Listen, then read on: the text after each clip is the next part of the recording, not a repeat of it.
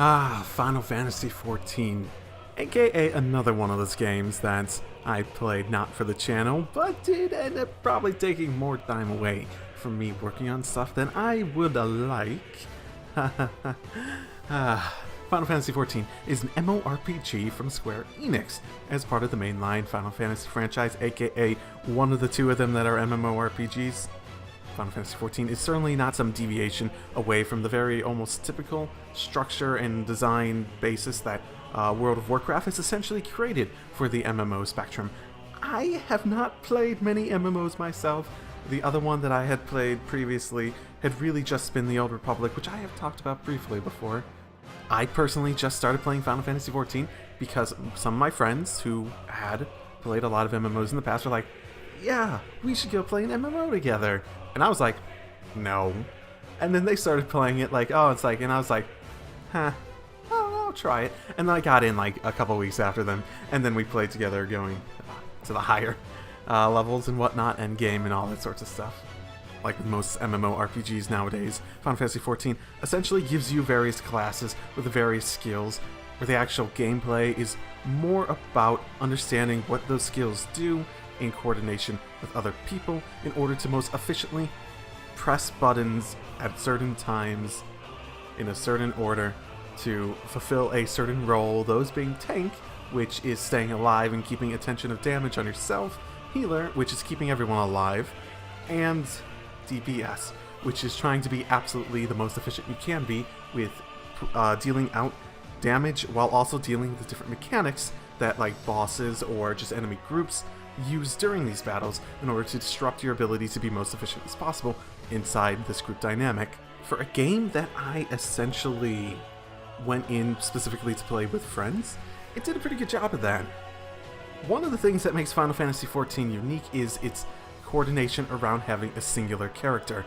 Instead of having different characters with different classes between the DPS, healers, and whatnot, each different classes having their own take on each of those roles, instead, you basically equip weapons and those assign what your class is, or jobs, because technically it has this whole system built up to a point where you switch over into a job system and you're a class before that, and like one of them actually changes to multiple jobs, and it's this whole thing with early level stuff that they sort of blatantly abandon later on.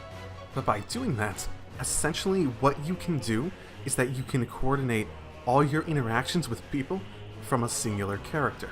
Yes, there's some cases where it would be nice if you could do like a different aesthetic for a different character. Yes, you have different equipment and whatnot, but your character customization is always the same. You can't vary that. You can't be different races, different genders, or whatever, and those don't really affect much of anything at all either.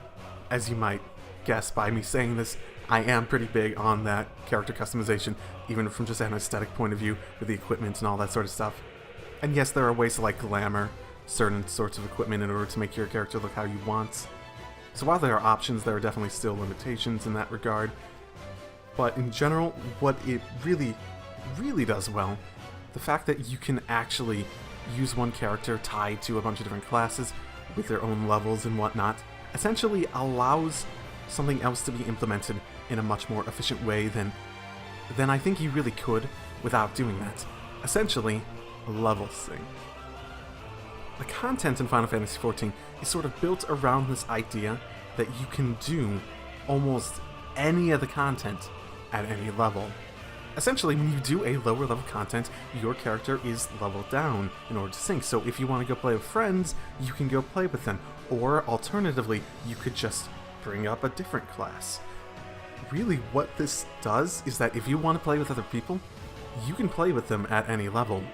This itself has its own problems with once you get used to the more complicated aspects of the later levels, the earlier levels being a bit of a slugfest, as well as the fact that the things that can actually benefit you at any level are limited to being done like once a day or so, which isn't a small amount, but it's not like you can just do whatever you want and all that sorts of stuff. Which sort of leads me into the other main benefit of this system of having a character tied to it, is the fact that you can be any of these classes you want, and you can change between them with a click of a button. You have all these different levels. Oh, I want something to do. I'm bored with the current endgame content. Oh, I'll just go level up another character. Learn them, or not another character, another class. See, it's so easy to think that you should be doing a different character. Final Fantasy XIV, from a gameplay content structure-wise, is really built that bar leveling up and unlocking new content.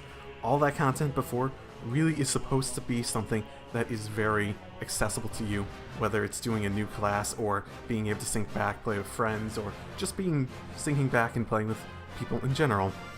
It's not perfectly done, there are problems with it, there are aspects of it, but it took a long time for me, not an MMO junkie, to really get tired of it. And I feel as though the first couple jobs, classes that you level up, those especially, that essentially those are really good at introducing different aspects to the combat and making a very good progression to the final level.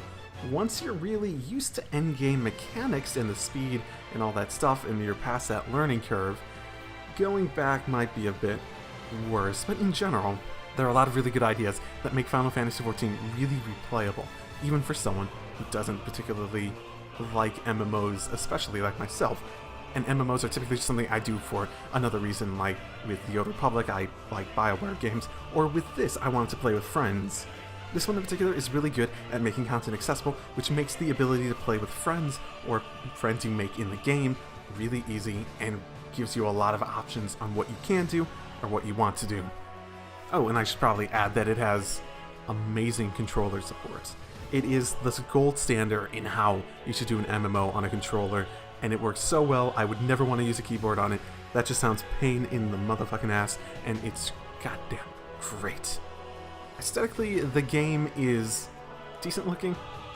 It definitely feels like a sort of MMO take on Final Fantasy in terms of the world and whatnot, and all the graphics look well enough. The create a character is pretty in-depth. It gives you a lot of options. It gives you plenty of options to basically make what you want, and you can change your character every once in a while for, I think, once for free, and after that a fee. You can change that setup and such.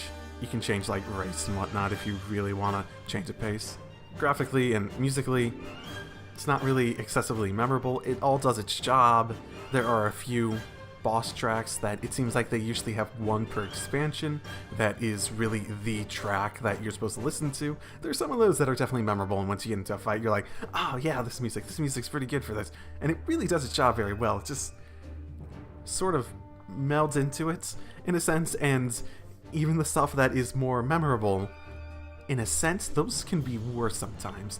Because if you have a particular melody that is just going constantly, like, I don't even remember one at the moment, I've stopped playing this for a while, but in general, like, if you keep hearing this melody over and over again, you're gonna get tired of it. Especially if you're at the point of doing endgame content, and that's really what you want to do.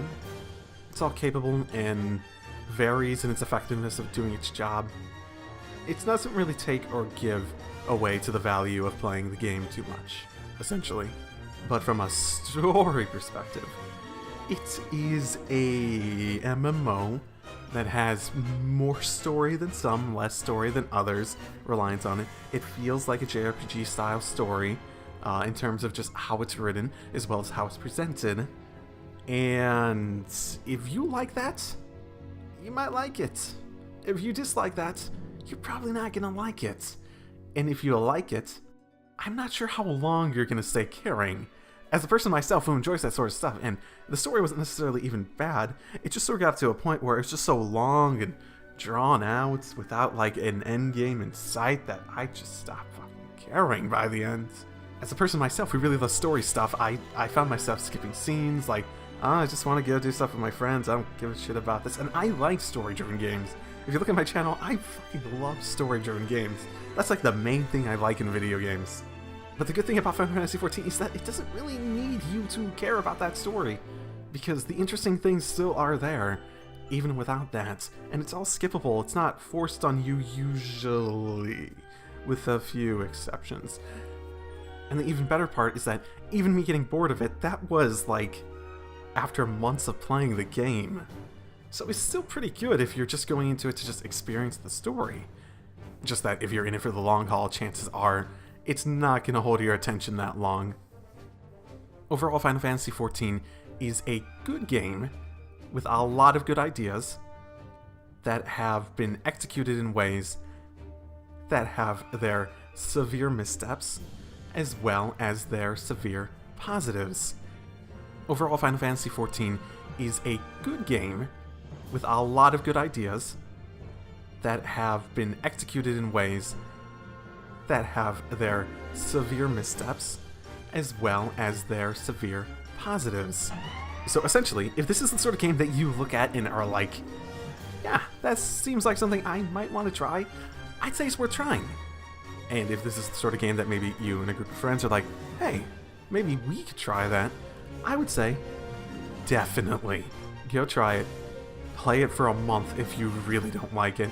Give it a chance. It's fun to play together when you start getting bored of the stuff, because inevitably that'll happen. I stopped playing it. I'm not even subscribed to it anymore. Then you can just stop your subscription then. And I should mention it is subscription-based. It is subscription-based, so it's not going to be your cheapest experience, but I got a ton of hours out of it, even in my time on it. As for when you should go play it, I'd say maybe a few months before an expansion is expected to release would probably give you good enough time to catch up on stuff and then also get in on the new content as it's releasing and people are starting to play it. That would probably be the ideal time. Me and my friends didn't do that, and it did seem like it would have been a good idea if we had done that. I say this primarily because there is an aspect of the content release for new content coming out that, even though it's been out for years, expansions are still coming out, is not very good. So essentially, the expansions are going to be the time when you really want to play it, when there's new content coming out and whatnot, more than probably any of the other times. But if you can line up your stuff so that you can play that expansion content and fill in the rest of your time playing it with stuff that allows you to go back and do some of the older content on lower level classes, stuff like that, it really is a pretty rewarding experience that gives you a lot of stuff to do, and you might even play it for a long time or get hooked on it. In general, though, yeah, I say this game is a definite recommended experience. It is a good game. It really, even for someone who doesn't like that genre too much, does hold your attention for a good amount of time. It's fun, it's well executed, it does everything that it really needs to in a pretty good manner, even if it really has a bit of stumbling along the way. And really, that stumbling, it's more of a determining factor in whether you want to be in it for the long haul, whether it's worth trying and playing to the end game and any of that sort of thing in the first place. I'd recommend it. So that's all I have for now. Have any questions about my experience with it? Sure, let me know. I'll see you all next time. Drive safely, everyone.